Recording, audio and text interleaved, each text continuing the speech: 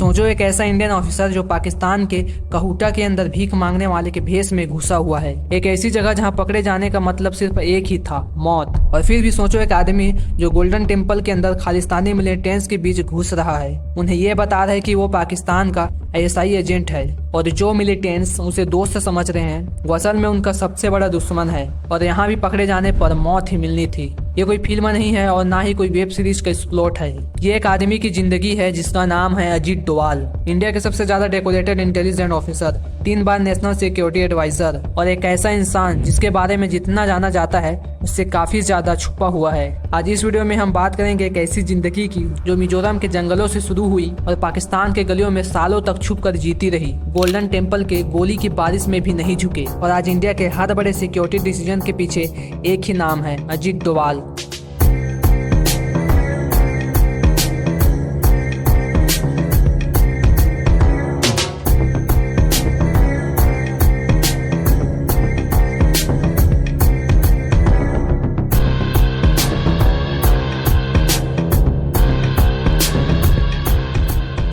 जनवरी 1945 उत्तराखंड के पौड़ी गढ़वाल का एक छोटा सा गांव गिरी बेनेल्सियू में एक बच्चे का जन्म होता है जिसका नाम रखा जाता है अजीत डोवाल। उनके पिता मेजर JN डोवाल बंगाल सेपर्स में एक आर्मी ऑफिसर हैं, जिसकी वजह से घर में पहले से डिसिप्लिन था। स्कूलिंग के लिए वो राजस्थान चले जाते हैं, अजमेर के king George royal Indian military school में, जहाँ करेक्टर सिर्फ पढ़ाई से नहीं रेजिमेंट से बनता है, यानी आर्मी यूनिट्स के बीच पढ़ाई होता है। आगे की पढ़ाई के लिए वो फिर आगरा यूनिवर्सिटी चले जाते हैं। वो अपनी इकोनॉमिक्स में ग्रेजुएशन और मास्टर कंप्लीट करते हैं। फिर आता है उनके UPSC का एग्जाम एंड यहीं से उनके टैलेंट की झलक दिखने लग जाती है। जिस एग्जाम को कई बच्चों को कई सालों लग जाते हैं, उस एग्जाम को अजीत डोवाल एक अटेम्प्ट में क्लियर कर लेते हैं और इसी तरीके से अजीत डोवाल 22 की उम्र में सक्सेसफुल IPS ऑफिसर बन जाते हैं। पर यह अभी सिर्फ शुरुआत थी। करियर के शुरुआत में ही वो कुछ ऐसा कर देते हैं जिससे सब लोग हैरान होकर रह जाते हैं। नूरजहां होटल में एक छोटी सी घटना होती है। पहले मंजिल से किसी ने जूता फेंका और उस छोटी सी घटना ने एक बड़ी आग लगा दी। 2 धार्मिक समुदायों के बीच दंगा शुरू हो जाता है। दोनों तरफ के लोग एक दूसरे की दुकानें लूट रहे हैं, जला रहे हैं। हालत इतना खराब हो जाता है कि पुलिस वहां जाने से डरने लग जाती है कि हमें कोई नुकसान न हो जाए। इसी वजह से कांग्रेस गवर्नमेंट पर प्रेशर बनता है। होम मिनिस्टर के करुणाकर को एक ऐसा ऑफिसर चाहिए था जो इन लोगों से ना डरे और इसे पीसफुल जाकर सॉल्व कर दे। सीनियर ऑफिसर्स एक नौजवान का नाम सजेस्ट करते हैं, अजीत डोवाल, जो इंसान अपने करियर के शुरुआत में था और सिर्फ 3 सालों का एक्सपीरियंस था। वो वहां जाकर कुछ ऐसा कर देते हैं जिससे सीनियर ऑफिसर्स भी नहीं कर पाते। वो उस जगह पर लाठियां लेकर नहीं जाते। वो पहले पूरे एरिया की इंटेलिजेंस कलेक्ट करते हैं, दोनों ग्रुप्स के लीडर्स की आइडेंटिफाई करते हैं, उनसे खुद मिलते हैं और आराम से बात करते हैं। और फिर उन्हें पता लगता है कि असल मसला रिलीजन का नहीं है, असल मसला है लूट का गुस्सा। एक ग्रुप ने दूसरे ग्रुप का सामान लूटा है। मैटर सॉल्व करने के लिए डोवाल उस सामान को वापस दिलाते हैं और जो दंगा काफी समय से चल रहा था वो बिना किसी वायलेंस के सिर्फ 1 हफ्ते में खत्म हो जाता है। यह उनकी पहली लेसन थी और जो लेसन थी वो लाइफ भर काम आई कि लोगों को कंट्रोल करने से ज्यादा इम्पोर्टेंट है उन्हें समझना। ये एक्सीडेंट इतना फेमस हो जाता है कि बात दिल्ली तक पहुंच जाती है और 1972 में अजीत डोवाल को स्टेट पुलिस से उठाकर डायरेक्ट इंटेलिजेंस ब्यूरो IB की ऑपरेशन विंग में डाल दिया जाता है। यहीं से अजीत डोवाल पब्लिक लाइफ से गायब हो जाते हैं और अगला चैप्टर शुरू होता है इंडिया के सबसे चैलेंजिंग कॉन्फ्लिक्ट जोन में से एक में, मिजोरम जंगल एक्सीडेंट। 1959 के आसपास मिजोरम में मौतम नाम का अकाल आता है। देखो दरअसल होता क्या है, हर 30 से 50 साल में बांस के पेड़ एक साथ फूलते हैं और लाखों की संख्या में बीज पैदा करते हैं। ये बीज चूहों के लिए हाई एनर्जी फूड्स होती है। चूहों को ज्यादा खाना मिलता है, चूहे तेजी से प्रोड्यूस करते हैं। कुछ ही महीनों में उनकी पॉपुलेशन कई गुना बढ़ जाती है। लेकिन ट्विस्ट यहाँ आता है, जब ये सीड्स खत्म हो जाते हैं तो ये लाखों चूहे खेतों की फसलों पर हमला कर देते हैं। धान गेहूँ सब बर्बाद और कई जगह अकाल जैसी परिस्थिति आ जाती है। इसी वजह से लोग भूख से मरने लगते हैं। पर यहाँ असली प्रॉब्लम अकाल नहीं था। असली प्रॉब्लम यह था कि लोगों को लगता था कि दिल्ली ने उन्हें इग्नोर कर दिया है। हेल्प लेट आई, सिस्टम स्लो था और मिजोरम के लोगों को महसूस हुआ कि उनकी आवाज किसी तक पहुंच ही नहीं रही है। यहीं से एंट्री होती है लाल डेंगा की। उन्होंने शुरुआत में एक ग्रुप बनाया, मिजो नेशनल फेमिनिस्ट फ्रंट। इसका पर्पस सिंपल था, अपने लोगों की मदद करना। लेकिन धीरे धीरे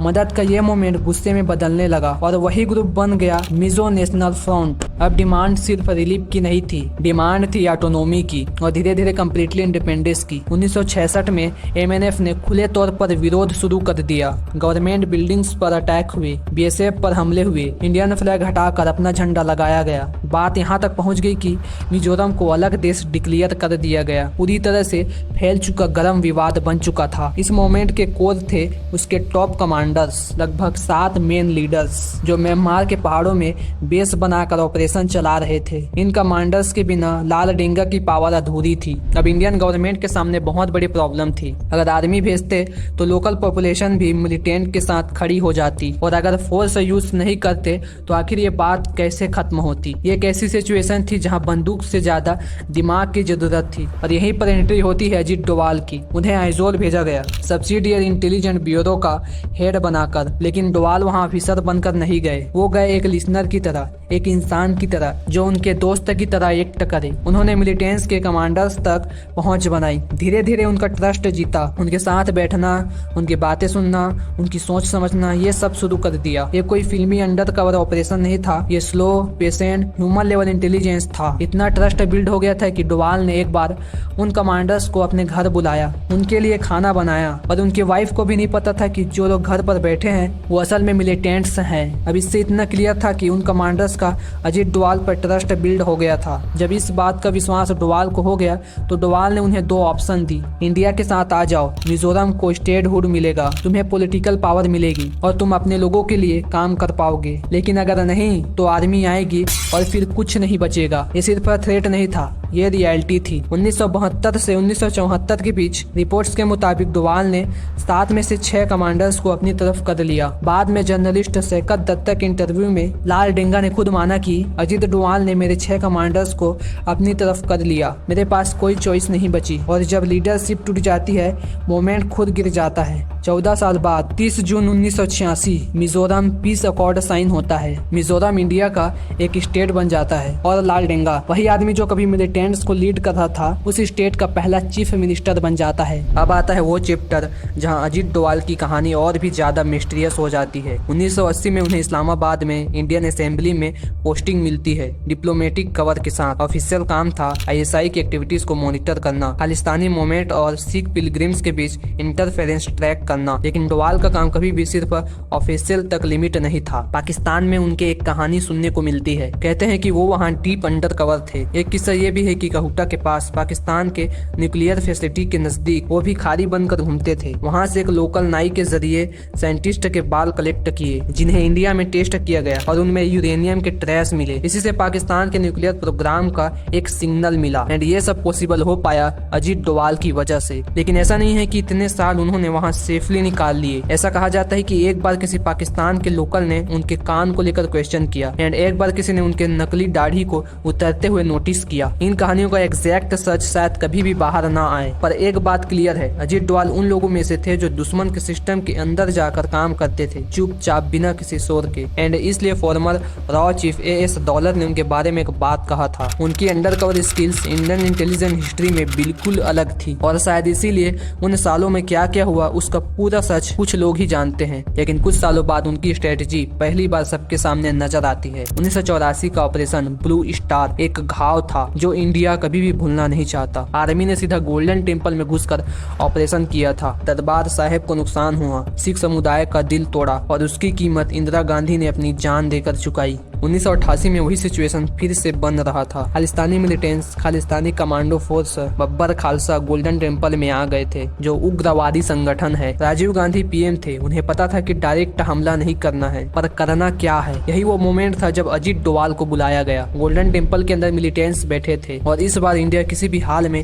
1984 जैसी गलती रिपीट नहीं करना चाहता था। डोवाल ने जो अप्रोच ली वो बिल्कुल अलग और बहुत इंटरेस्टिंग थी। ऐसा कहा जाता है कि वो पाकिस्तान के ISI एजेंट के भेष में खुद गोल्डन टेम्पल के अंदर गए। अंदर जाकर उन्होंने मिलिटेंस कमांडर सुरजीत सिंह पिंटा से मुलाकात की। धीरे धीरे उन्हें ये यकीन दिलाया कि वो उनकी मदद करने आए हैं, और इसी भरोसे के जरिए डोवाल ने वो सब जान लिया जो बाहर किसी को नहीं पता था। कितने मिलिटेंस है, कहाँ पोजीशन है, उनका प्लान क्या है, और उनका लीडरशिप स्ट्रक्चर कैसे काम कर रहा है। ये सिर्फ एक ऑपरेशन नहीं था, ये पूरा गेम इंटेलिजेंस का था जो शायद कोई और ऑफिसर नहीं खेल पाता। बाद में farmer raw chief AS dollar ने कहा था कि इस ऑपरेशन में डोवाल का रोल बहुत ही महत्वपूर्ण था। इंटेलिजेंट इन्फॉर्मेशन डायरेक्ट अंदर से आई थी और इसी चीज के लिए उन्हें कीर्ति चक्र मिला था, एक ऐसा अवार्ड जो किसी भी इंटेलिजेंट ऑफिसर को बहुत कम बार मिलती है। पर इस बार स्ट्रेटेजी सिंपल थी पर पावरफुल भी। गोल्डन टेम्पल को चारों तरफ से घेर लिया गया, ऊंचे बिल्डिंग्स पर स्नैपर रख दी जाती है, पर साथ ही अंदर की पानी और बिजली की सप्लाई कट कर दी जाती है। अंदर बैठे मिलिटेंट्स अब ट्रैप हो चुके थे, हर मोमेंट ऑब्जर्व हो रही थी। जो भी बाहर आता, चाहे पोजीशन चेंज करने के लिए या पानी पीने के लिए, वो ओपन टारगेट बन जाता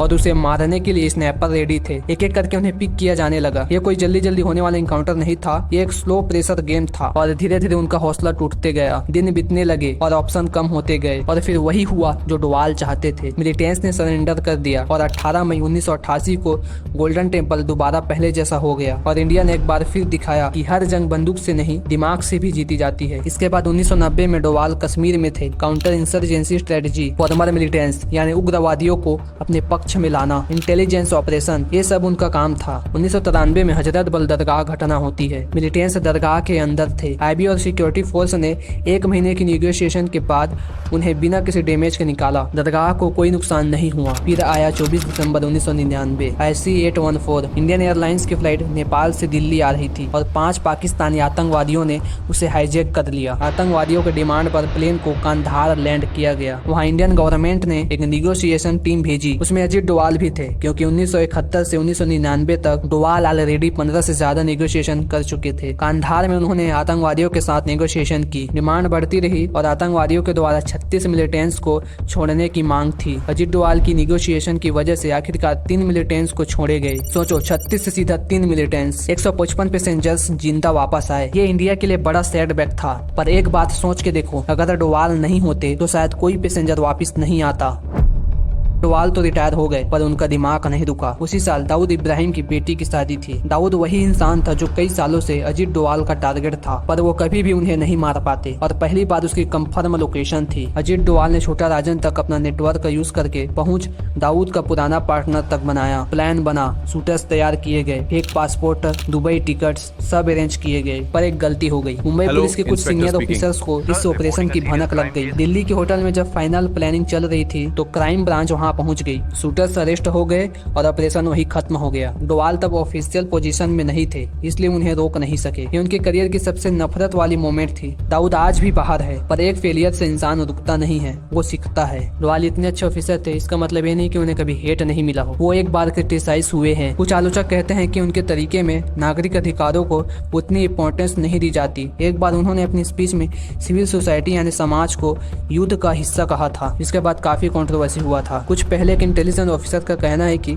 ज्यादा सेंट्रलाइज्ड सिस्टम होने की वजह से ग्राउंड लेवल पर तालमेल कमजोर हो गया है और डोवाल के बेटे विवेक डोवाल और सौर्य डोवाल पर कुछ आरोप लगे थे। कहा गया था कि उनके पाकिस्तान के साथ बिजनेस कनेक्शन है और फॉरेन फंडिंग से सेमिनार होते हैं। इंडियन नेशनल कांग्रेस ने ये सब मुद्दे उठाए थे। बाद में विवेक डोवाल ने मानहानि का केस फाइल किया था, जिसमें जयराम रमेश को सार्वजनिक रूप से माफी मांगनी पड़ी। सपोर्टर्स कहते हैं कि ये सब पॉलिटिकल अटैक है। रिजल्ट देखो, दंगे कम हुए हैं, बॉर्डर स्टेबल हुए हैं, इंडिया की स्ट्रेटजी पोजीशन मजबूत हुई है। एंड मिजोरम के पहाड़ों से शुरू हुई सफर पाकिस्तान के गलियों में जारी रही। गोल्डन टेम्पल की खामोशी में जीता, इराक की अंधेरी रातों में प्लान बना और आज इंडिया के हर बड़ी नेशनल सिक्योरिटी डिसीजन के पीछे एक ही नाम है, अजीत डोवाल। 3 बार NSA कैबिनेट मिनिस्टर रैंक, शायद इंडिया का सबसे ज्यादा प्रभावशाली इंटेलिजेंट ऑफिसर। पर जो चीज उन्हें सच में यादगार बनाती है वो सिर्फ उनका कारनामा नहीं है, ये है उनका तरीका। जब दुनिया फोर्स से देखती थी उन्होंने रिलेशनशिप बनाया, जब दुनिया मिलिट्री सोल्यूशन देखती थी उन्होंने इंटेलिजेंस यूज किया, जब दुनिया अनाउंस करना चाहती थी उन्होंने चुप रहकर काम किया। एक बार एस दौलत ने कहा था, डोवाल में गैम्बलर जैसी सोच है, मतलब वो रिस्क लेने से नहीं डरते और शायद यही इंडिया को चाहिए था। एक ऐसा आदमी जो शेडो में रहता है, जो नाम नहीं चाहता। दुनिया में जो डिसीजन सच में मैटर करते हैं वो हमेशा खामोशी में लिए जाते हैं।